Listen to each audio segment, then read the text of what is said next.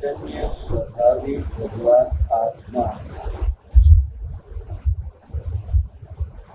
अनादि अनंत शुद्ध चैतन्य मात्र है, ज्ञान मात्र है। मैं शुद्ध चैतन्य मात्र, ज्ञान मात्र, भगवान आत्मा प्रति समय यह जागृति बनी रहे। इस जागृति का नाम धर्म है।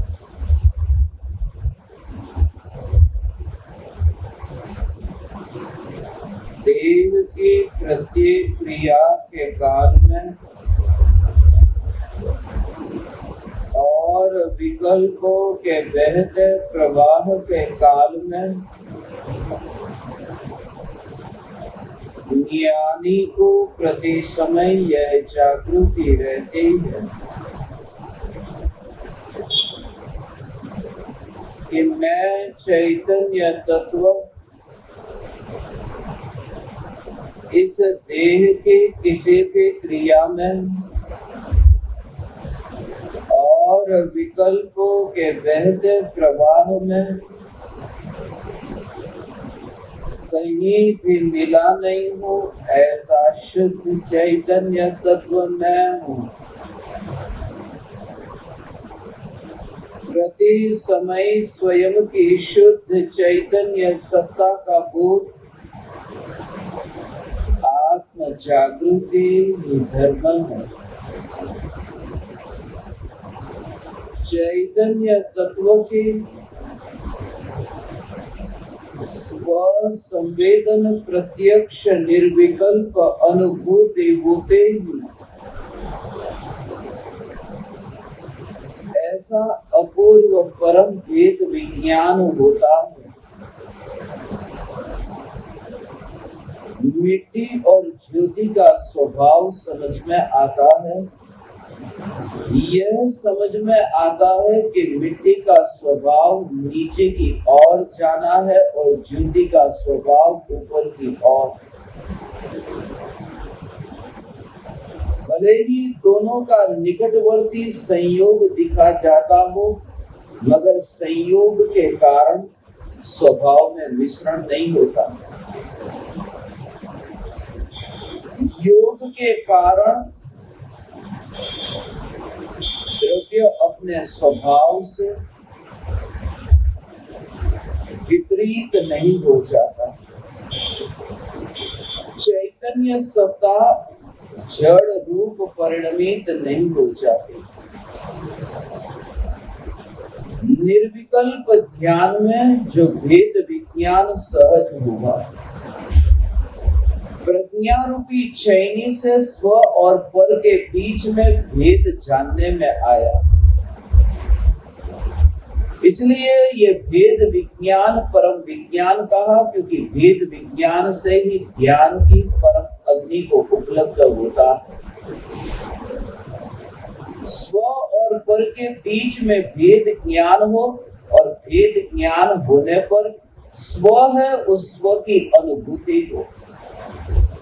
कंकड़ को और अनाज के दाने को दोनों को भेद करके अलग अलग करे और फिर कंकड़ का अनुभव न करे, सिर्फ दाने का अनुभव करे। पहले ये भेद जाने कि ये कंकड़ है और ये अनाज के दाने। और एक खास बात कि जब अनाज और कंकड़ के बीच में भेद किया जाता हो, उस समय दृष्टि कंकड़ पर न हो, अनाज के दाने पर हो।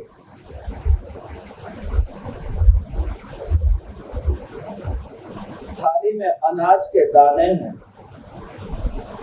उसमें कंकड़ भी है, पत्थर भी है, मगर जब कंकड़ को पकड़ते हैं और उस कंकड़ को फिर दूर करते हैं, दूर करते समय ये विकल्प नहीं आता कि उस कंकड़ का क्या होगा।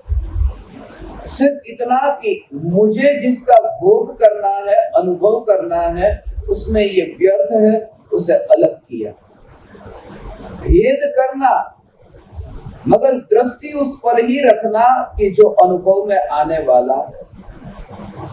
ज्ञान और राग के बीच में भेद ज्ञान होता है, मगर राग के विकल्पों के जाल में वह फंसता नहीं है।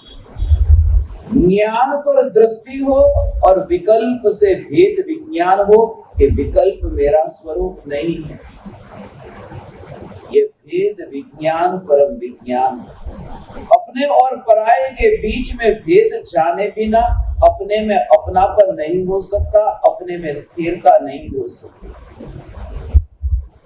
इसलिए ये भेद विज्ञान के लिए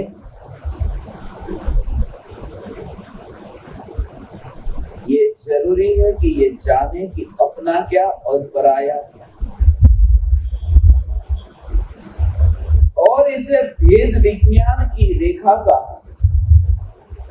ये भेद विज्ञान की रेखा गणित में पढ़ा होगा। रेखा उसे कहते हैं जिसे लंबाई तो है मगर चौड़ाई नहीं। इसलिए ये अपना और ये पराया बीच में कोई नहीं, ये भेद विज्ञान की रेखा।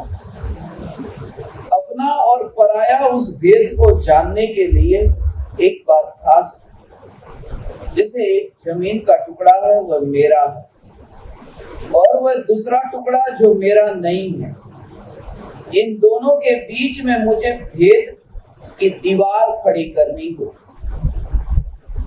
कि यह मेरा और यह पराया।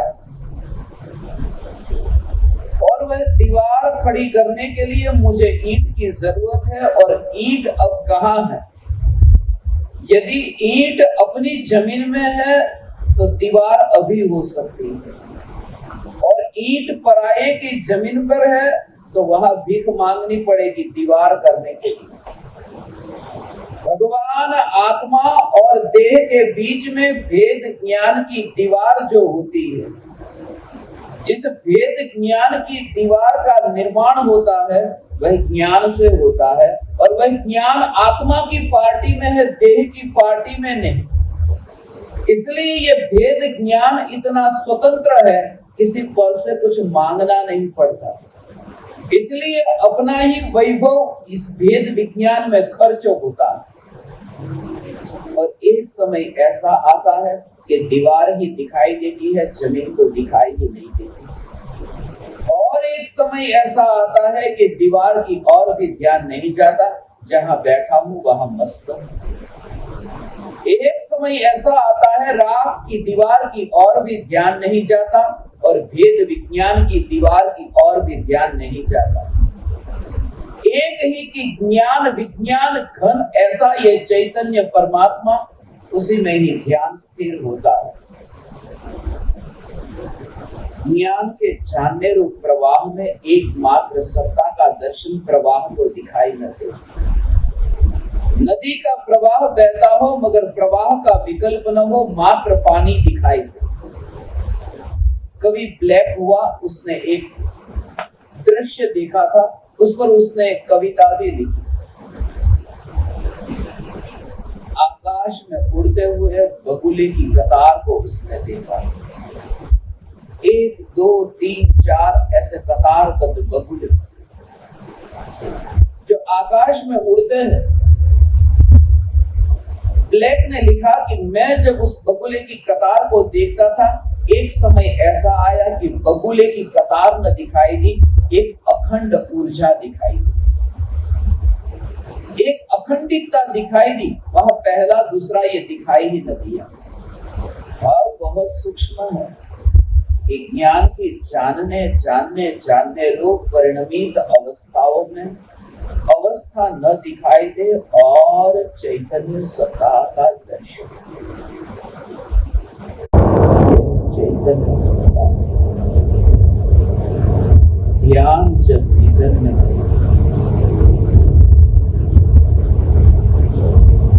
तब गया, विकल्प का कोलाहल वहां नहीं, क्योंकि विकल्प के कोलाहल में रुचि नहीं। ध्यान जब अंतर्मुख हुआ, चैतन्य सत्ता का जब दर्शन हुआ, इंद्रियों के द्वार बंद हो गए। इंद्रियों के द्वार से जो उपयोग का वैभव पर की ओर जाता था वह भागता बंद हो गया और ज्ञान आत्मा में ही समाया, अपना वैभव अपने में समाया। तब दर्शन होगा। थिएटर में जैसे फिल्म देखने जाए तो सबसे पहले वहां पर दरवाजे बंद कर दिए, खिड़की है ही नहीं, दरवाजे है मगर दरवाजे को बंद कर दिया और दरवाजे को ही बंद नहीं किया। थिएटर के भीतर जो प्रकाश है, बिजली जल रही है, उस बिजली को भी बुझा दिया। तब जाकर के थिएटर पर जो पर्दे पर दृश्य आते हैं वो दृश्य दिखाई देते हैं। कोई व्यर्थ का प्रकाश नहीं चाहिए, व्यर्थ का कोई विघ्न नहीं चाहिए, एकमात्र वहां सामने दृश्य।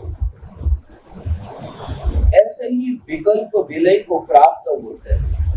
विकल्प की बत्तियां ऐसे ही बुझ जाती है कि सहज ही चैतन्य का चित्र इसका दर्शन होता है और इसको बुझाने के लिए भी जाता नहीं है।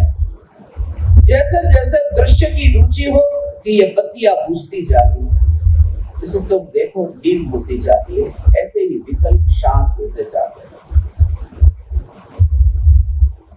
अंधेरा प्रकाश का विरोधी नहीं है। वो अंधेरा है कि वहां प्रकाश दिखाई दिया, वह दृश्य दिखाई दिया। काला सफेद का विरोधी नहीं है, काले बोर्ड पर ही सफेद अक्षर से लिखा जाता है।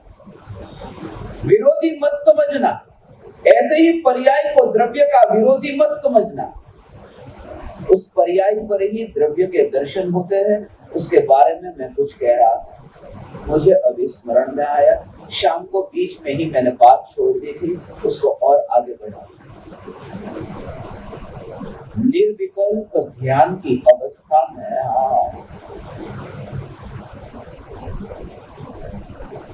चैतन्य सत्ता शुद्ध है और पर्याय जो अशुद्ध है वह भी अनुभूति होने पर शुद्ध होती है। एक समय में शुद्ध होती है। अभेद मिलन हुआ। यदि मैंने अपना हाथ यहाँ पर रखा तो ये हाथ इस हाथ को छूता है, इतना नहीं, इस हाथ का भी इस हाथ से स्पर्श हुआ। जब पर्याय द्रव्य से अभेद होती है, पर्याय की द्रव्य में स्पर्शना होती है, तो वहां द्रव्य भी तो है। जो पर्याय के साथ है, अभेद है। ये अभेदता एक और की नहीं है, दोनों और की है। द्रव्य कुछ करने न गया, मगर अभेद होने में तो वहां द्रव्य की सत्ता है। एक व्यक्ति सीधा खड़ा है, उसे जाकर कोई गले मिल जाए, तब एक ही अभेद नहीं हुआ, वह दूसरा भी वहां है। वो दोनों की अभेदता है, मगर परिवर्तन आया। शुद्ध द्रव्य के आश्रय से अशुद्ध पर्याय भी शुद्ध हो। इसलिए क्योंकि परिवर्तन का, परिणमन का, पलटने का स्वभाव पर्याय का है, द्रव्य का नहीं। यह भी हो सकता था कि मलिन पर्याय के आश्रय से, मलिन पर्याय के साथ अभेद होकर द्रव्य भी मलिन हो जाए। शुद्ध पानी है, अशुद्ध पानी है। अनछना पानी यदि छने पानी में डाले तो सब अनछना हो जाता है। दूध के अंदर यदि जहर डाले तो दूध जहरीला हो जाता है। तो जो पर्याय अशुद्ध है और आत्मा में लीन हुई और वो शुद्ध कैसे हो गई? द्रव्य अशुद्ध नहीं हुआ, क्योंकि पलटना पर्याय में ही होता है, द्रव्य में नहीं। इसलिए द्रव्य ऐसा ही रहता है। और पर्याय शुद्ध हो गई तो शुद्धता के कुछ राज को समझे। वास्तव में अशुद्ध पर्याय में शुद्ध द्रव्य जानने में नहीं आता। शुद्ध पर्याय में शुद्ध द्रव्य जानने में आता है और पर्याय शुद्ध होती है।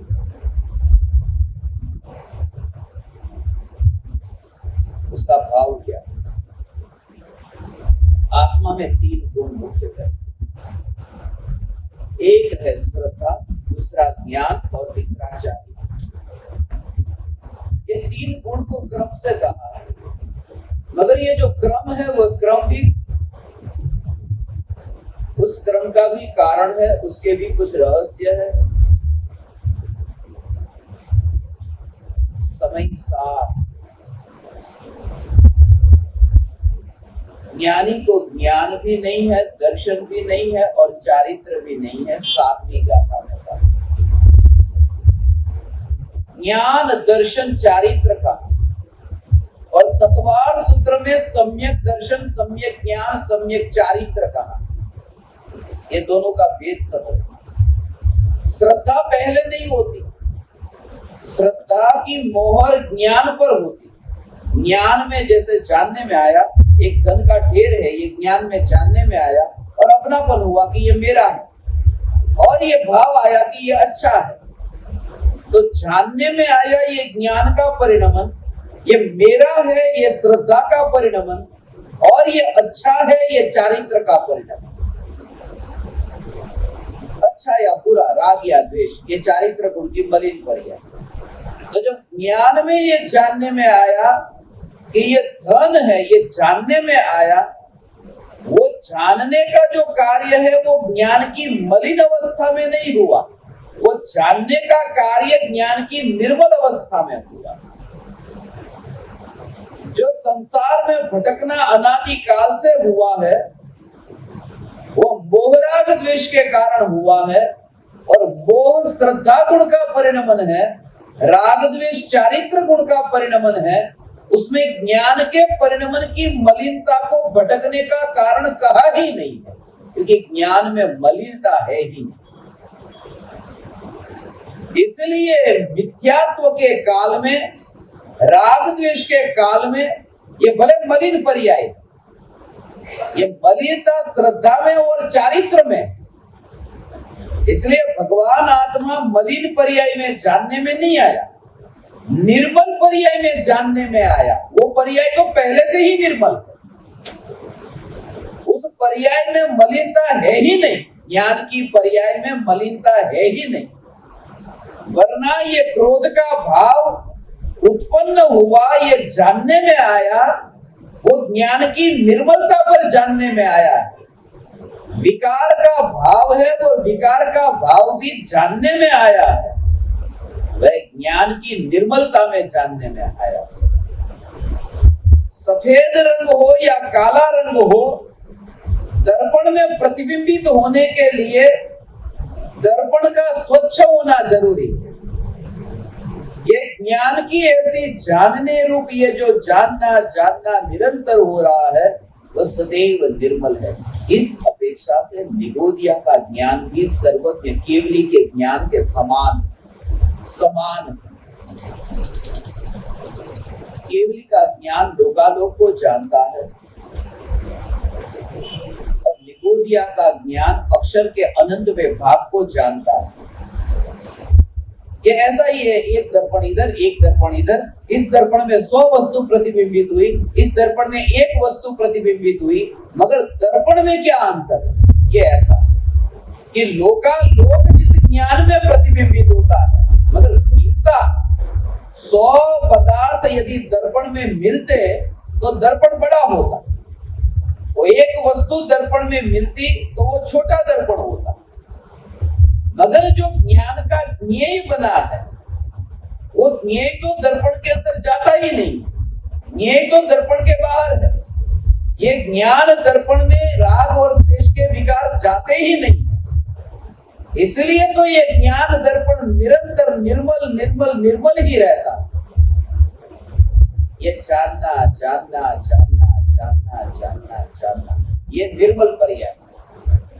तो 4 बजे सम्यक दर्शन जैसे ही प्रकट हुआ, उससे पहले जो विकल्प चलते थे, मैं चैतन्य परमात्मा हूं, ये विकल्प, मैं चैतन्य परमात्मा हूं, ये विकल्प वो ज्ञान में जानने में आ रहे हैं। फिर मैं चैतन्य परमात्मा हूं, ये विकल्प ज्ञान में जानने में आ रहे हैं। वो विकल्प मंद हो रहे थे, क्योंकि जोर चैतन्य परमात्मा पर हो तो मैं चैतन्य परमात्मा हूं, उस विकल्प में इतना बल नहीं होगा, वो ढीले होते जाए। चैतन्य तत्व पर दृष्टि हुई कि वह जो विकल्प है मैं चैतन्य परमात्मा, वो जानने में नहीं आया। 4 बजे जो जानने में आया ये भगवान आत्मा जानने में आया। वो ज्ञान की पर्याय नई निर्मल नहीं हुई, निर्मल ही है जिस पर भगवान आत्मा जानने में आया। मगर भगवान आत्मा क्यों पहले जानने में नहीं आया? पहले भी तो था, मगर विकल्प की रुचि के कारण विकल्प की ओर दृष्टि जाती थी, भगवान आत्मा पर नहीं। अब वो दृष्टि बदलती गई। ये दृष्टि ऐसी चाहिए, वो दृष्टि का फर्क है, ये दृष्टि ऐसी है। इसलिए तो सम्यक दृष्टि कहा नहीं, सिर्फ दृष्टि बदली और कुछ भी नहीं। इसलिए तो यही दृष्टि,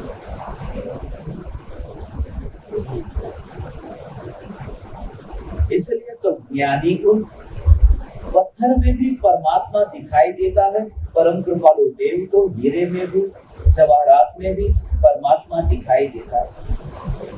ये ज्ञानी की दृष्टि है, जिनको पत्थरों में भी परमात्मा दिखाई देते हैं, और अज्ञानी की दृष्टि है कि जिसे परमात्मा में भी पत्थर दिखाई देता है।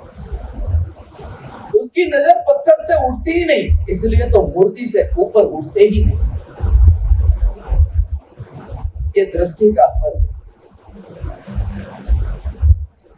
मजनू को लैला से प्रेम हुआ था और पूरे राज्य में ये बात फैल चुकी थी कि मजनू को लैला चाहिए। उस राज्य में लैला से कुरूप कोई स्त्री नहीं थी, लड़की नहीं थी। लैला बहुत कुरूप थी, उसके अंदर कोई सौंदर्य नहीं था। फिर भी मजनू लैला लैला लैला कर रहा था कि मुझे लैला चाहिए। जब वहां के राजा को पता चला, राजा ने मजनू को बुलाया और कहा कि राज्य में और भी सुंदर लड़कियां हैं,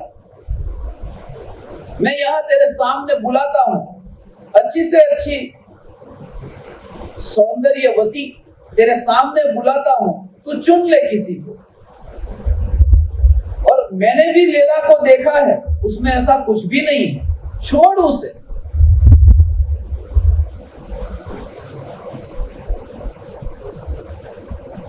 राज्य में सभा में मजनू को बुलाया, मगर मजनू का ये कहना,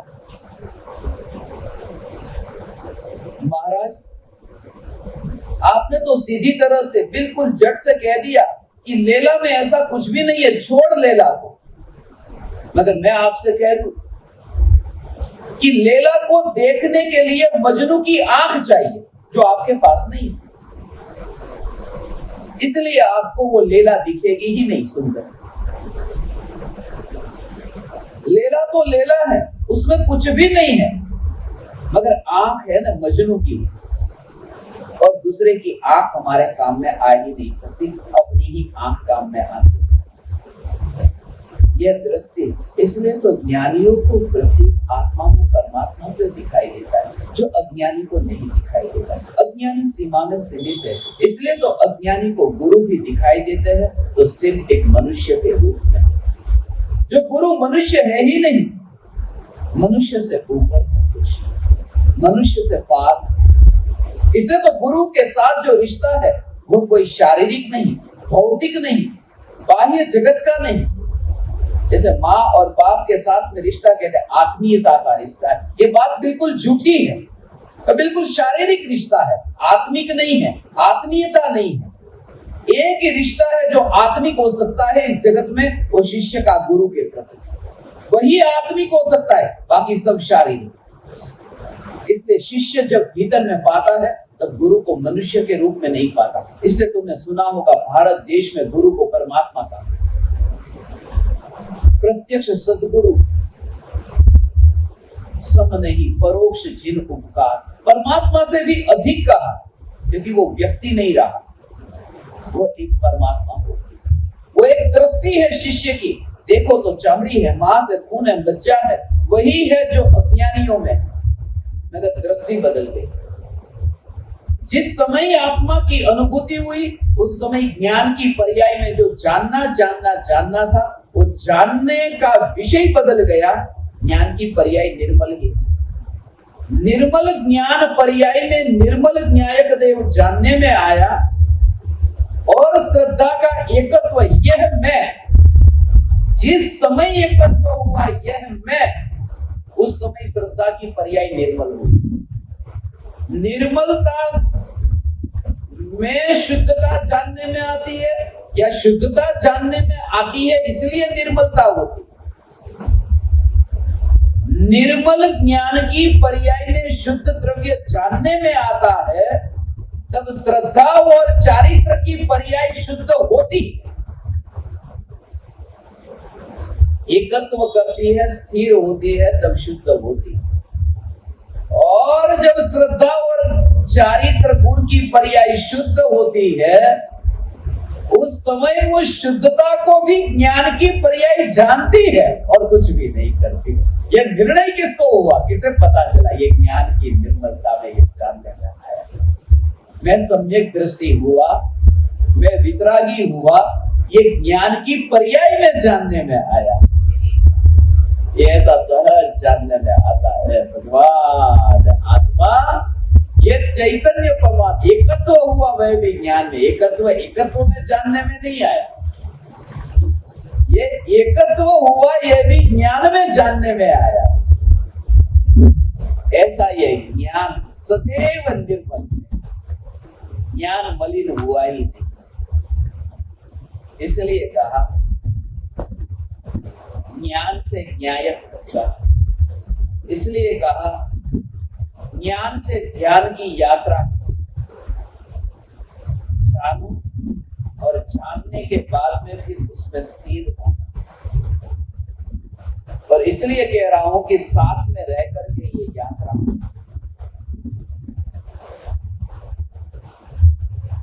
दृष्टिकोण बदल, ध्यान भीतर में सहज घटेगी। दृष्टि बदल गई कि विकल्प भी उत्पन्न होते थे, मगर विकल्प अब नहीं दिखाई देते। जीता जागता हुआ पुरुष, जीता जागता हुआ चैतन्य, यह चैतन्य जीवंत की। तुम जरा विचार करो, जिस मंदिर में तुम रोज जाते हो, महावीर भगवान की प्रतिमा के सामने मस्तक झुकाते, सिर्फ कल्पना करो, आज तुम्हारा नियम है, यदि महावीर भगवान जिंदा हो तो तुम रोज उनके पास में जाओगे इसी प्रकार से जैसे रोज जाते आए। तुम खाली विचार करो, जिंदा हो, बैठे हो जिंदा, तो क्या रोज ऐसे ही जाओगे जैसे अभी तुमने नियम रखा है मंदिर जाने का?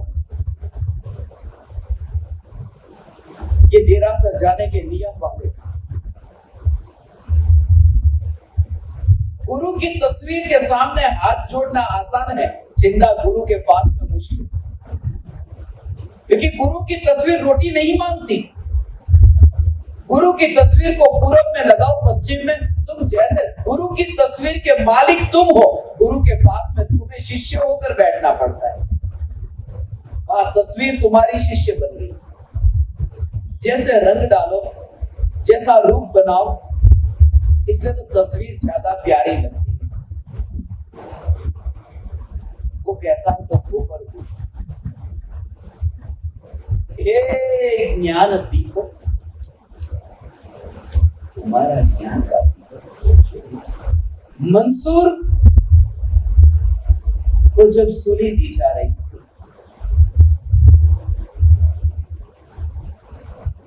मंसूर को तो बहुत बुरी तरह से मारा।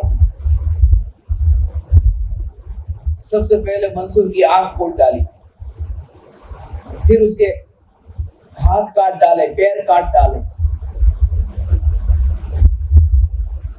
खून बह रहा था।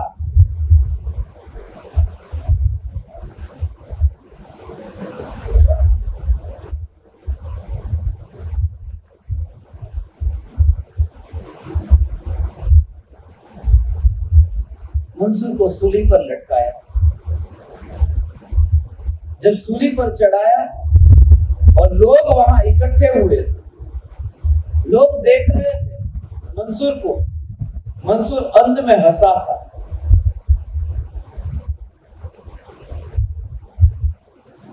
जब लोगों ने मंसूर से पूछा कि तू हंस क्यों रहा, यहां तो सूली पर चढ़ाया जा रहा है, अभी मृत्यु होगी। बोले मैं मर जाऊं तो भले मर जाऊं, मगर इस बहाने भी तुम लोगों ने ऊपर नजर उठा करके तो देखा। उसकी बात में बहुत दम था, मुसलमान भी नहीं समझ पाए। उनकी बातों में दम था। उसने कहा,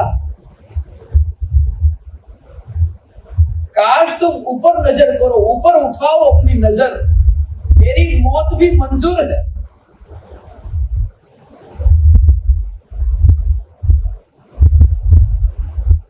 तुम ऊपर देखो, ऊपर माने समझना, ऊपर तुम्हारी नजर ऊपर उठे। तुम अनादिकाल से नीचे देखते आ रहे हो, ऊपर नजर हो तुम्हारी। यदि तुम परमात्मा को देखो तो मेरी मृत्यु भी मुझे मंजूर है। इस बहाने भी तुमने ऊपर को देखा, इसलिए मैं हंस रहा हूं, चलो आनंद से मर रहा हूं।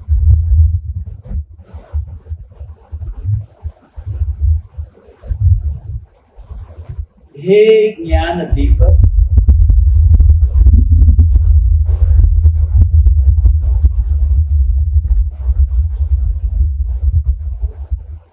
चैतन्य तत्व में जब स्थिरता होती है तब श्रद्धा और चारित्र ये दो गुण। आपने गोमटसार जीवकांड यदि पढ़ाओ न पढ़ाओ तो कोई बात नहीं, मगर गोमटसार जीवकांड में जो गुणस्थान का वर्णन है उसमें दो ही गुण की बात है, ज्ञान की बात नहीं है। एक से लेकर के जो 14 गुणस्थानों का जो क्रम है उसमें जो तारतम्यता कही है पर्याय की, वो तारतम्यता श्रद्धा और चारित्र गुण की कही है, ज्ञान गुण की नहीं। मोह और योग के निमित्त से होने वाले श्रद्धा और चारित्र गुण के तारतम्य रूप परिणाम को गुणस्थान कहते हैं, उसमें ज्ञान आया ही।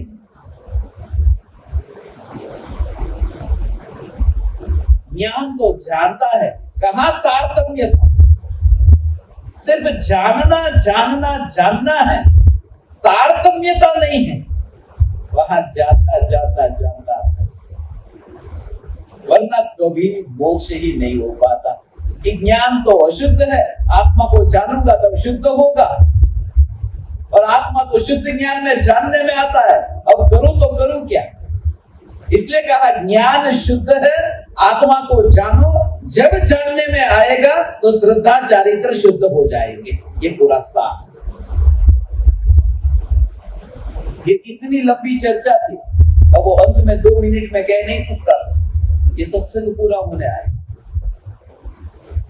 श्रद्धा और ज्ञान का परिणमन।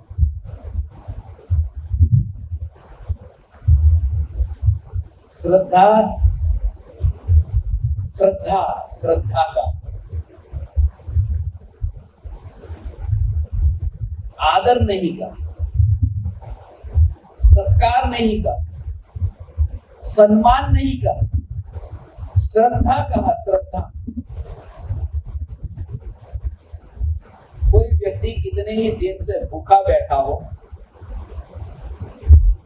उपवास पर बैठा हो, आज तो अक्षय तृतीया का दिन है, गन्ने का रस पीने का दिन, पालना किया होगा बहुत से लोगों ने। अक्षय तृतीया का दिन, आज का दिन, नकली बरसी तब वालों ने 180 दिन के उपवास वालों ने लंबा इंतजार किया, कब आएगा अक्षय तृतीया का दिन। हमने भी दूज का इंतजार उतना नहीं किया, भरे पेट में दूज का इंतजार कब होता है, खाली पेट में तृतीया का इंतजार ज्यादा होता है। कब आएगी अक्षय तृतीया?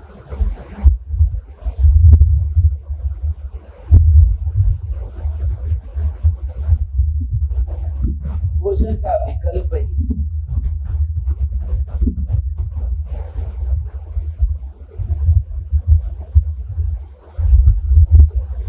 मुनिराज ऋषभदेव को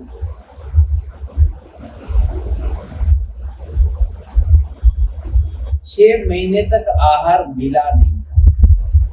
करना तो था, मिला नहीं था।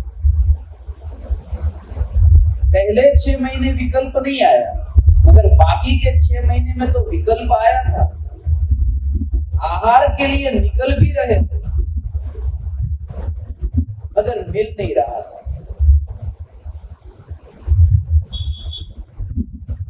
आहार दान की विधि कोई जानता नहीं। आहार दान की विधि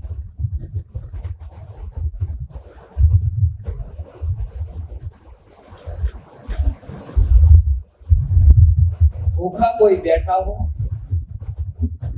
उसके प्रति आदर होता है, सत्कार होता है। बिना चप्पल का कोई चलता हो, तुम्हें आदर करने का मन होगा, श्रद्धा नहीं।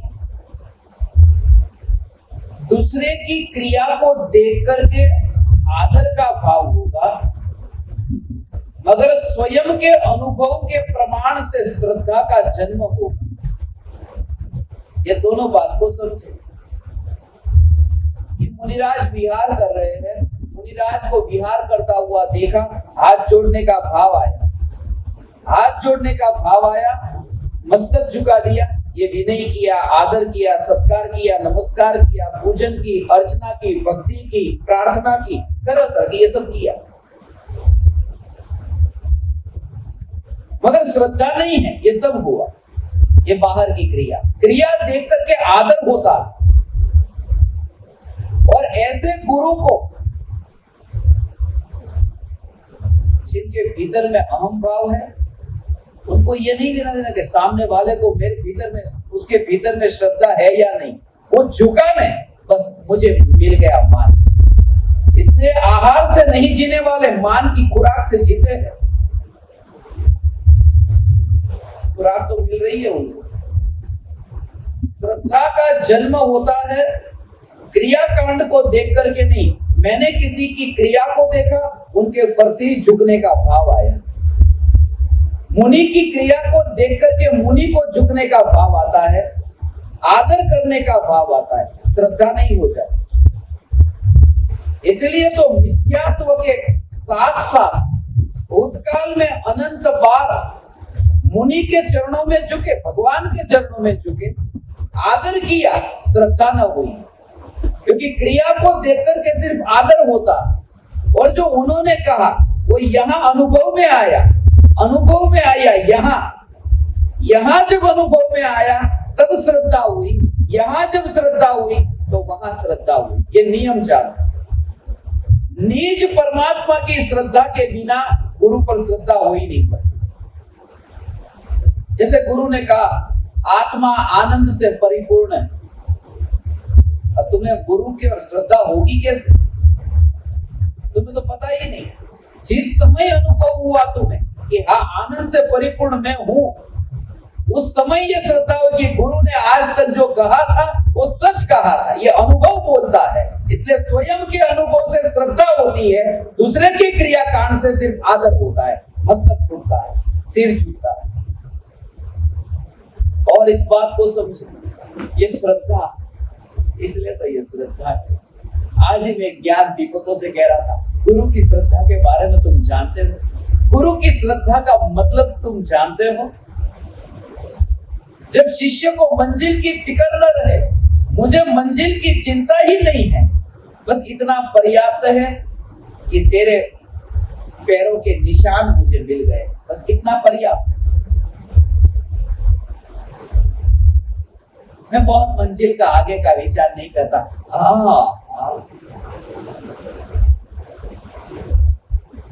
ये चैतन्य चैतन्य पद चिन्ह है, ज्ञानी हो गए। ऐसा ये चैतन्य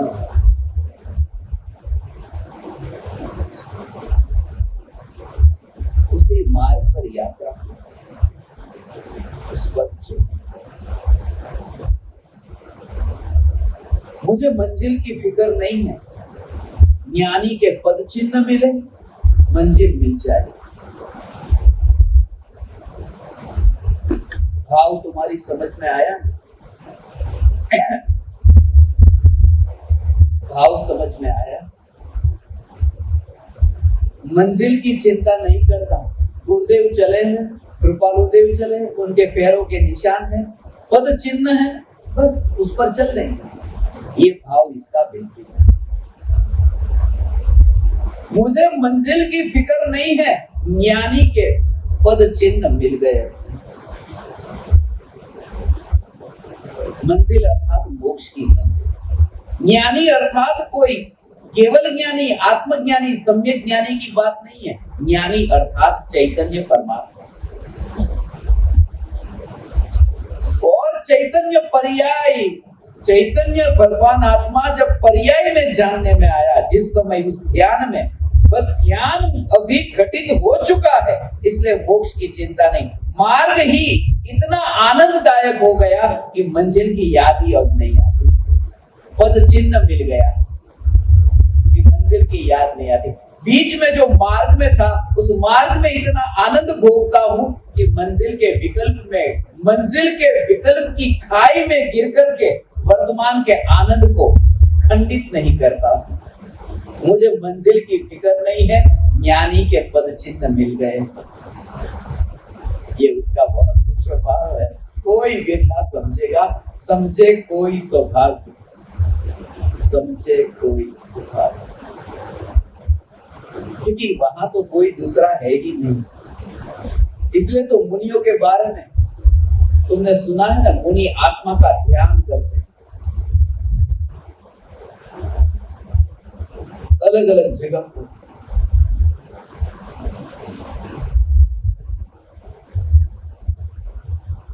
मेरे बारे में भी लोग कहते हैं स्मशान में ध्यान करने बैठते हैं। स्मशान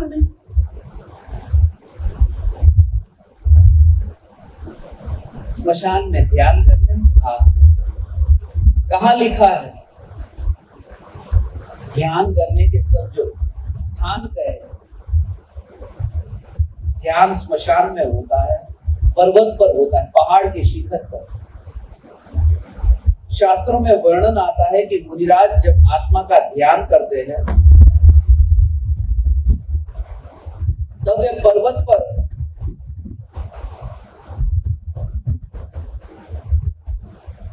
ऐसे शिखर पर बैठते हैं जहां एक ही आदमी बैठ सकता, दूसरा कोई नहीं।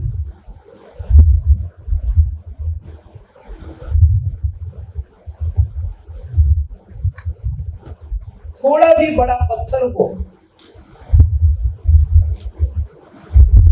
तो बैठते नहीं।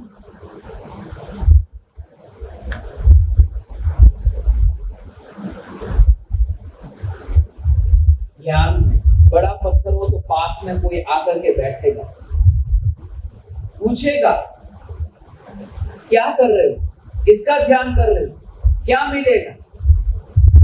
कोई झंझट नहीं। जहां कोई दूसरा न बैठे, ऐसे स्थान पर मुनिराज ध्यान करते हैं। बात आपकी समझ में आ गई? कहां है वह स्थान? आत्मा की एक समय की ध्यान की अवस्था पर त्रिकाली ध्रुव भगवान आत्मा विराजमान होता है। इस ध्यान में अवकाश ही नहीं कि कोई दूसरा आकर के बैठे। ऐसा पुण्य का अंतर का अनुभव, बाहर की बात नहीं। ये वो चमड़े को देख करके वो वाले लोग ये समझेंगे मुनिराज कोई पहाड़ के ऊपर बैठे, एक पत्थर पर बैठे। उसका असली भाव ये था जो बदल गया। ये मुनिराज तो अब एकांत में, मुनिराज गुफा में आत्मा का ध्यान करते हैं, गुफा में वास करते हैं। वह गुफा कोई नहीं, वह चैतन्य की गुफा। पहाड़ के शिखर पर, वह चैतन्य के शिखर पर, वह नदी के तट पर विकल्प की वैतरणी बहती हो, मगर उसके किनारे पर बैठ रहते हैं। विकल्प की वैतरणी में डूबते नहीं, डूबते नहीं। ये विकल्प की वैतरणी, विकल्प की वैतरणी कही। ये 5 मिनट और 15 मिनट के ध्यान में, ध्यान से पूर्व तत्व विचार नित्य क्रम में आपने रोज पढ़ते हैं। विकल्प ये वैतरणी है, अधोलोक में बहती है। यहाँ मध्य लोक में तो ज्ञान की गंगा बहती। 5 मिनट का जो ध्यान है ना, उसका एक एक शब्द का विवेचन, इस शब्द का अर्थ क्या है, उस वाक्य का गहरा रहस्य क्या है, उस पर 1 घंटे से ज्यादा, उस 5 मिनट के ऑडियो का 1 घंटे से ज्यादा सत्संग हुआ अभी दिल्ली में। वो सबके काम में आएगा। एक के निमित्त से हुआ था, उसका वीडियो रिकॉर्डिंग हुआ है, वो आपको भेजेंगे। जिनको साधना वो रोज आप करते हो, 15 मिनट का भी मुझे भाव आया, लोभी हूं ना। 5 मिनट का हुआ, 15 मिनट का भी, एक बार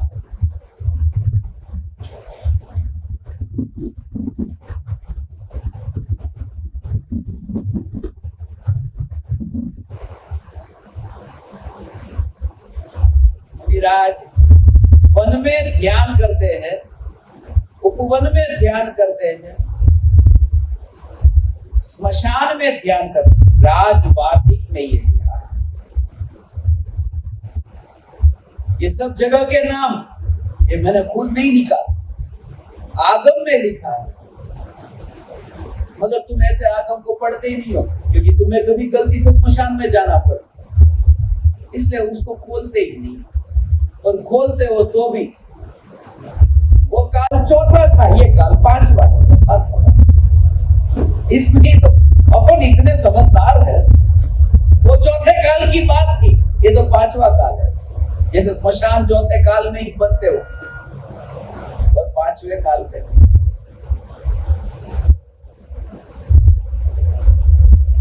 अनुभूति होते ही विकल्प विलय को प्राप्त होते हैं।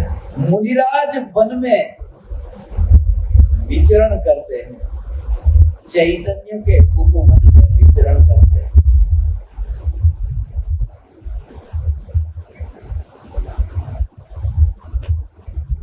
शरीर नहीं, जो पैर में कांटा चुभे वन में, ऐसा नहीं।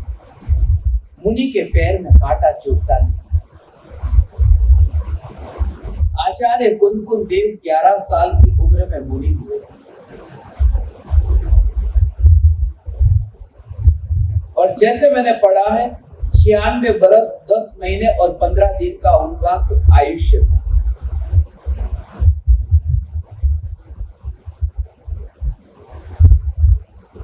एक बार भी कांटा नहीं चुभा उनको। मुनि विचरण करते हैं मगर उन्हें कांटे नहीं चुभते। वन में विचरण करे फिर भी कांटे नहीं चुभते, क्योंकि जो ध्यान की पर्यायी चैतन्य वन में विचरण करती है, वहां विकल्प के कांटे नहीं चुभते। मगर तुम देखोगे तो पैर और उसके अंदर वो कांटा लकड़ी का और चुभा, ये चुभा तो वो बाहर का, वो मुनि नहीं है, वो मुनि की पड़ोसन है, उनको चुभते होंगे, मुनि को नहीं।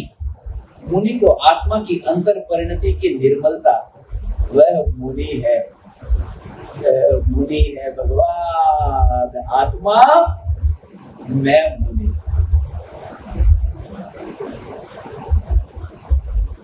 विकल्प के कांटे चुभते ही नहीं है भगवान, ऐसा ये चैतन्य चैतन्य चैतन्य जाते ही नहीं उन कांटे के पास में। आचार्य कुंदकुंद देव कांटे से शास्त्र लिखते हैं, कहते हैं कितनी बार उन्हें कांटे चुभे होंगे, नहीं चुभते। इसलिए चुभते होंगे ये देख करके उनके ऊपर दया मत खाना, क्योंकि दुखी को देख करके दया बहुत आती है। दुखी को देखकर बेचारा दुखी, और सामने वाले का भी रस पड़ता है। जब कोई व्यक्ति अपना दुख बताता है तो तुम उसको देखना, उसके दुख बताने में भी वो कितना रस लेता है। दुख मत देखना, वो बताने में कितना रस से बताता है। आजकल तो सचमुच इतनी हालत खराब है, और उस समय तुम उसके दुख को न सुनो ना तो झटका लगे। उसे रस आता है कि तुम सुन रहे हो,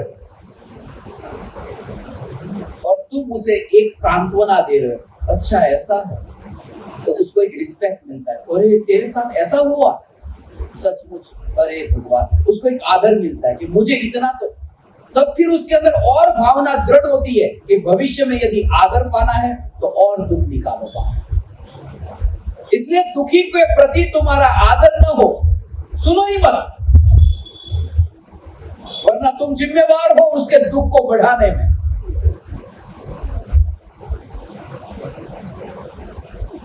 आनंद आनंद आनंद, बस दुख वाले की बात ही नहीं।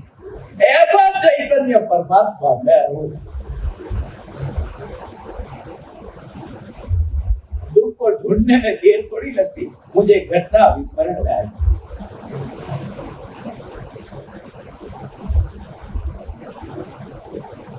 एक मुस्लिम परिवार है जिनके घर में मैं ठहरा था।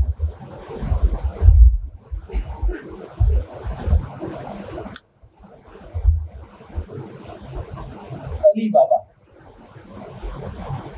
उनका नाम, उनके बेटे का नाम था रमजान। मैं तो मेहमान था। मुसलमानों के घर पर भी मेहमान होता है, ईसाइयों के घर पर भी मेहमान होता है, दूसरों के घर की बात तो दो, मैं तो यहाँ पर भी मेहमान होकर के ही रहता हूँ। मेहमान था वहां पर थोड़े दिन के लिए, मगर बात ऐसी हुई कि बच्चा पढ़ाई कर रहा था। रमजान ने पढ़ाई करते करते इतिहास की किताब पढ़ रहा था। उसमें युद्ध के बारे में वर्णन आया कि युद्ध कैसे शुरू होते। उसने अपने पिताजी से पूछा, पिताजी इसमें इतिहास के युद्धों के बारे में वर्णन है, ये युद्ध कैसे शुरू होते। उसके पिताजी ने कहा, बेटा सुन देख, मानो पाकिस्तान है, उस पाकिस्तान ने भारत पर प्रहार किया। ये सुनते ही अंदर जो पत्नी रसोई घर में थी गुस्से में आ गई। उसने कहा कि आप ऐसा मत करो, जो पाकिस्तान ने अभी प्रहार किया नहीं है और उसको पहले से ही बदनाम करना, ये ठीक नहीं। उसके पिता ने कहा, मैंने ये कहा मानो पाकिस्तान ने भारत पर प्रहार किया। पत्नी बोली, मानो ही क्यों जब प्रहार किया नहीं, मैं क्यों मानूं? और दृष्टांत दे रहा हूं समझाने के लिए। बोले नहीं, तुम पाकिस्तान विरोधी हो, और पाकिस्तान विरोधी हो नहीं, तुम इस्लाम विरोधी हो। उसने कहा, मैं इस्लाम विरोधी हूं? मैं तो 5 बार नमाज पढ़ता हूं, वो नमाज तुम्हारी झूठी।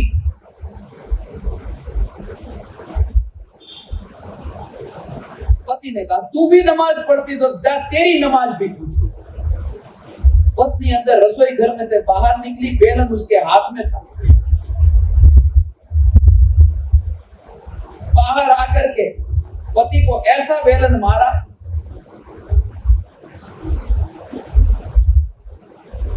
पिताजी के हाथ में डंडा था, बच्चा पढ़ रहा था तो डंडा पिताजी ने पत्नी को मारा।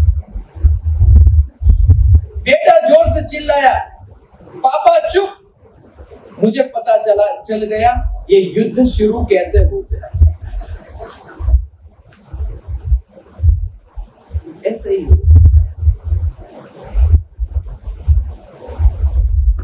ढूंढ लेते हैं।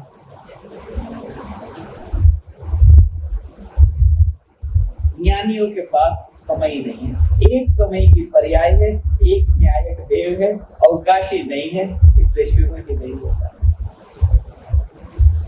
हे ज्ञान दीपक, ऐसी दशा आएगी। गजपंथा में 6 तारीख से 8 तारीख की शिविर है, वहां पर स्मशान में जाना है। और चिंता मत करो, स्मशान बहुत है, जितने हो तुम्हारे उतने को लेके आ जाना, समा जाएंगे।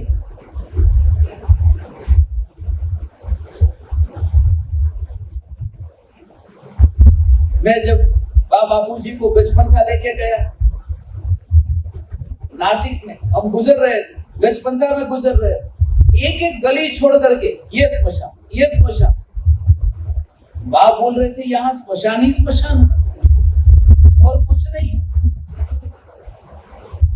बस इसी वजह से मैं यहाँ हूं, वरना कहीं और।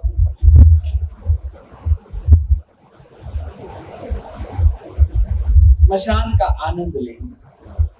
ये सुनते ही थोड़ा झटका लगता है, स्मशान का आनंद। आज तक तो स्मशान में रोना धोना ही देखा, स्मशान में आनंद। जैसे विराज आत्मा के ध्यान में थे, कवि की कल्पना है, ये शास्त्र में लिखा है। विराज आत्मा के ज्ञान में लीन है।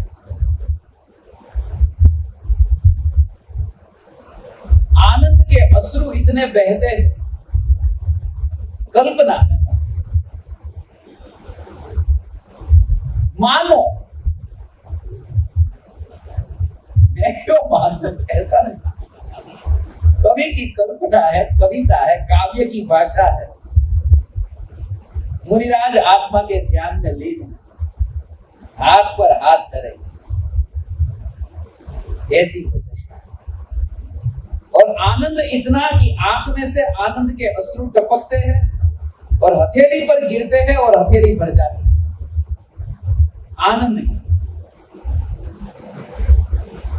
ज्ञानी भी आंसू बहाते हैं, बर्तन भर लेते हैं, मगर वो दुख के भरे, विरह की वेदना के होते हैं। मुनिराज के आनंद के आंसू हथेली भर जाती है। और वहां वन जंगल में जो चिड़िया, जो पक्षी, उस हथेली में जो आंसू, उसे पानी समझ करके पीते हैं, हथेली पर बैठ करके। मुनिराज के आंसू भी दूसरे को जीवन देते हैं, अज्ञानी के आंसू भी दूसरे का जीवन छीन लेते हैं। कवि की सिर्फ कल्पना है, मगर मुझे ये कल्पना भी बहुत अच्छी लगी। काव्य की भाषा है ना, इसके जीवन में काव्य नहीं, वहां जड़ता हूं। इसलिए तो परम कृपालु देव की पुकार मुझे जचती है। वे कवि है ना, कवि। गांधी जी तो कवि कहते थे, कवि से तो ऊपर है, मगर कवि है। वरना 90 मिनट में आत्मसिद्धि शास्त्र लिखना 142 का, वो भीतर का काव्य।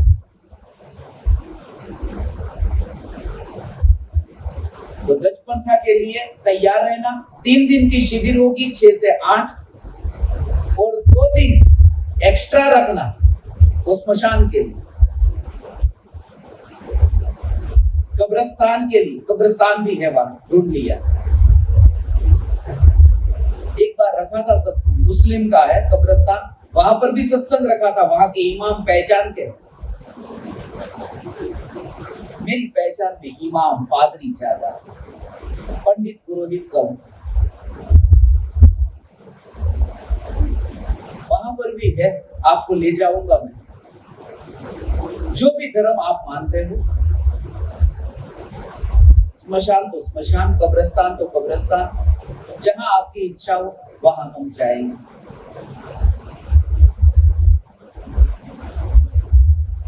ये इसलिए कहा, आप पहले से टिकट बुक करके रख सको। 6 तारीख को सुबह पहला सत्संग होगा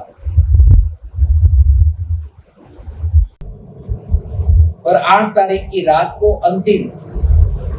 उसके बाद 9 तारीख और 10 तारीख को 2 दिन के लिए जो सुना होगा उसका प्रयोग करने जाएंगे। राग पर राग जब बैठेगी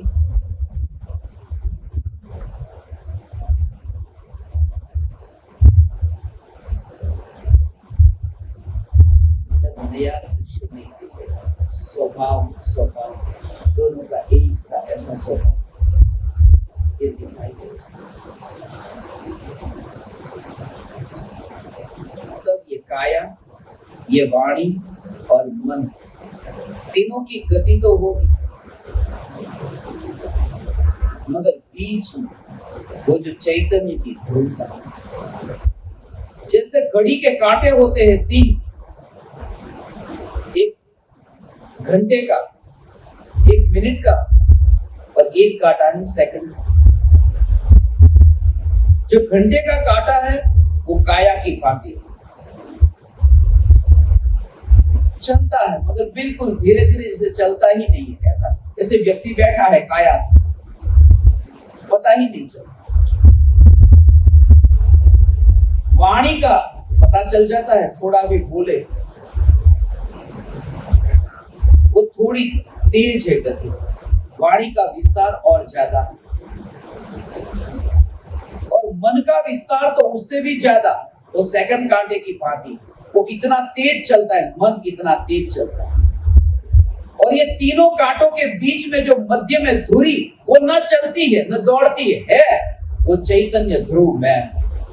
वो शिकायत नहीं करती धुरी कि ये कांटे क्यों घूमते हैं।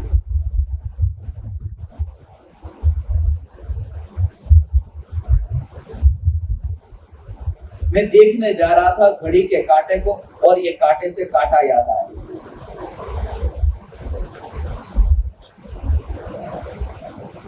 घंटे का, मिनट का और सेकंड का कांटा,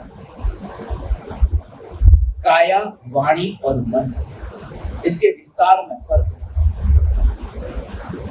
काया का विस्तार सीमित है, इसलिए मैं यहाँ बैठा हूं, मैं अपना हाथ फैलाऊं तो कितना फैलेगा कि यहाँ तक, बस, उसके आगे हाथ फैलेगा नहीं। काया का विस्तार लिमिटेड है, उससे ज्यादा विस्तार वाणी का है। वाणी यहाँ तक, आप तक पहुंच गई। वाणी का विस्तार और ज्यादा है काया से, फैलना। और मन का विस्तार तो और ज्यादा है, दूर दूर देश परदेश में, कहां कहां, स्वर्ग में, नरक में, मन तो कहां कहां जाता। इन तीनों को सिमेट करके अंदर लाना। काया को अंदर लाओ, वाणी को अंदर लाओ, मन को अंदर लाओ, तीनों को ठहरा दो, स्थिर कर। अब तुम ऐसा कर रहे हो, तुम मुझे पहचान दो। ऐसा नहीं करना है, सही है।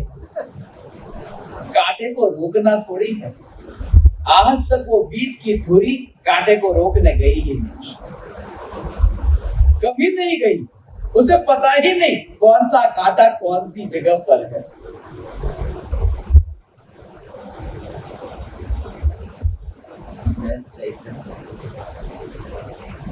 और वहां तो ऐसा दिखता भी है कि उसी के सहारे, उसी के आधार से, उसी के आश्रय से, उसी में ही अभेद होकर के वो 3 कांटे घूमते हैं। और ये चैतन्य धुरी इतनी अस्पर्शी दिखाई देती है कि जिसमें घूमने वाला ये देह, ये वाणी, ये विकल्प उसको छूते हुए भी नहीं दिखाई देते। एक परम दृश्य का दर्शन, एक परम दृश्य का दर्शन है। वही देह होने पर, वाणी होने पर, विकल्प होने पर उससे अस्पर्शी।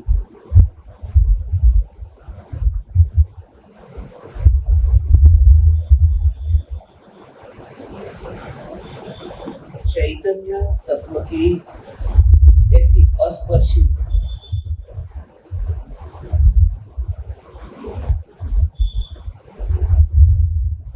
देह देहातीत दशा, आप समस्त परमात्माओं को प्रकट, ऐसे में भावना पाता हूँ आपने अब तक जितना सुना फिर ये बार बार अब सुनना होगा और दृढ़ता लाने के लिए, इसलिए मैं आज ही इसकी तैयारी करा रहा था कि सत्संग जितना जल्दी से जल्दी फिर आप तक पहुंच जाए। इसे बार बार सुन करके ज्ञान, ये ध्यान, ये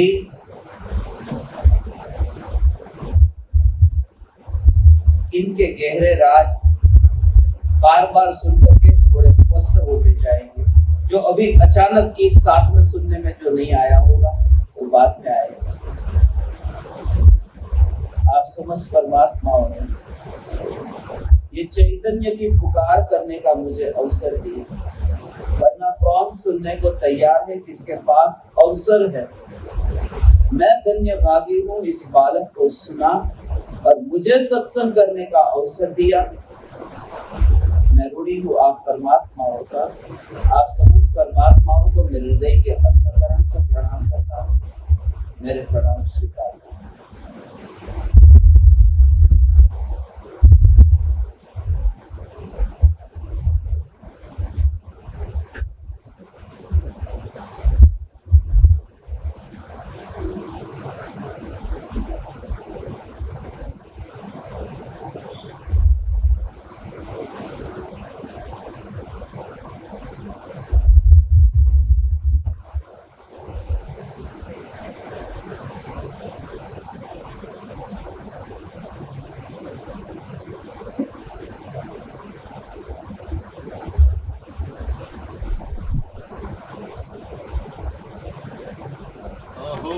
अहो श्री सद्गुरु करुणा सिंधु अपार, इस पामर पर प्रभु किया अहो अहो उपकार, अहो अहो उपकार।